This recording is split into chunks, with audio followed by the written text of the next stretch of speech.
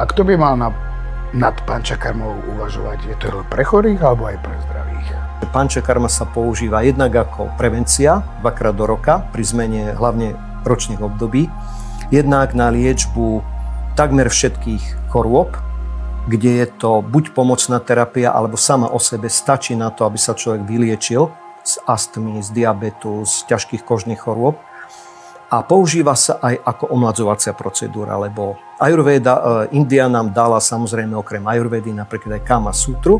Pančakarma má význam vtedy, keď lekár zdiagnostikuje človeka a navrhne presne tie časti pančakarmy, ktoré na danú diagnózu, dané ročné obdobie a danú konštitúciu Vata Pitta Kapha človeka patria. A aké sú najčastejšie predsudky alebo mýty, s ktorými sa stretávate?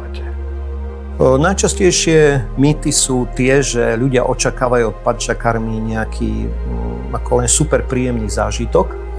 Ďalší je, že vedie to indická medicína. Tá Ajurvéda síce bola zaznamenaná v Indii, odtiaľ sa ju teraz učíme, ale Ajurvéda má zákonitosti úplne, ktoré sa dajú aplikovať, keď ich poznáme, tie princípy, tie vlastnosti všade. Ona je globálna. Takže nie je to niečo špeciálne indické.